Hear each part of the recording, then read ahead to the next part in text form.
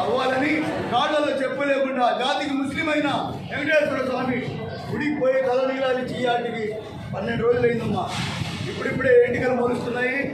మీరందరికీ అనంత కోటి వందనాలు. పత్రికా విలేకరులకు ఈ ఒక్క ప్రోగ్రాం తీసిన మీ అందరూ నిండు నూరేళ్లు ఆరోగ్యంగా ఉండాలా.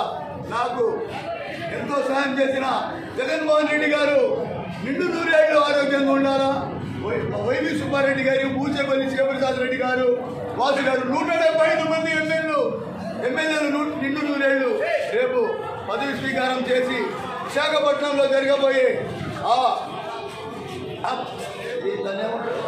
ప్రమాణ స్వీకారంలో పాల్గొనడానికి ఈ అట్ట ఆయన ముఖ్యమంత్రి ప్రమాణ స్వీకారం చేసేదాకా అక్కడ ఆ రోజమ్మా 2వ తేదీ జరిగిన ఘటనలో ఆయన మీద రాళ్లు పడ్డాయి. ఆయన ఎల్లంపల్లి శ్రీనివాసరావు కంటి మీద దెబ్బ తగిలింది. నా చేతి వాచి పగిలింది ఆ రోజు స్టేజీ మీద. అక్కడండి 2వ తేదీ పోయిన నెల జరిగిన సంఘటనలు మీకు తెలుసు.